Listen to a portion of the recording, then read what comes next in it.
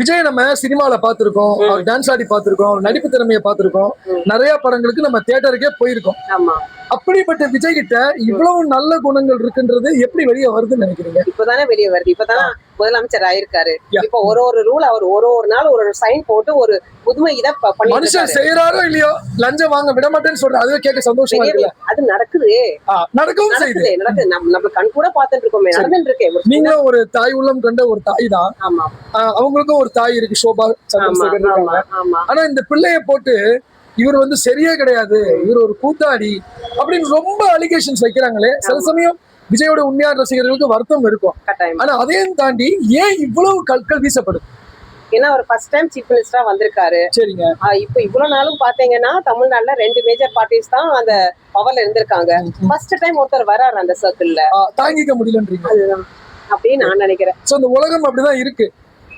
எல்லாருமே அப்படிதானே நார்மலா. இவ்வளவு நாள் நாங்க இருந்துட்டோம், சடனா ஒருத்தவங்க வரும்போது நம்மளால எடுக்க முடியாது இல்லையா? சரி, நீங்க ஒரு பள்ளியில ஒரு போஸ்ட்ல இருக்கீங்க, ஒரு பதவியில இருக்கீங்க. சோ ஒரு பள்ளியோடைய முக்கியஸ்தரா உங்ககிட்ட கேக்குறேன், விஜய் கிட்ட நீங்க என்ன எதிர்பார்க்கறீங்க? நேரடியா விஜய் கிட்ட சொல்லுங்க. ஓகே, அவர்கிட்ட எதிர்பார்க்கறது என்னன்னா, அவர் எப்படி இப்போ இருக்காரோ, எவ்வளவோ கன்ஸ்ட்ரக்டிவ் திங்ஸ் அவர் பண்ணிட்டு இருக்காரு இல்லையா?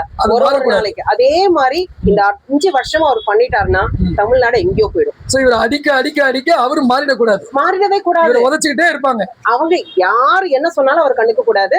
அவர் என்ன பண்றாரோ அது பண்ணினே போகணும். சரி, முதலமைச்சர் விஜய்கிட்ட ஒரு பெண்மணியா நீங்க கத்துக்கிட்ட விஷயம்? அவரோட எஃபிஷியன்சி, அவரோட தைரியம். இவ்வளவு பேர் அவளை தாக்குறாங்க, இருந்தாலும் நான் சொல்றதை நான் பண்றதை நான் பண்ணிட்டு தான் இருப்பேன் மக்களுக்குன்னு இருக்காரு பாத்தீங்களா?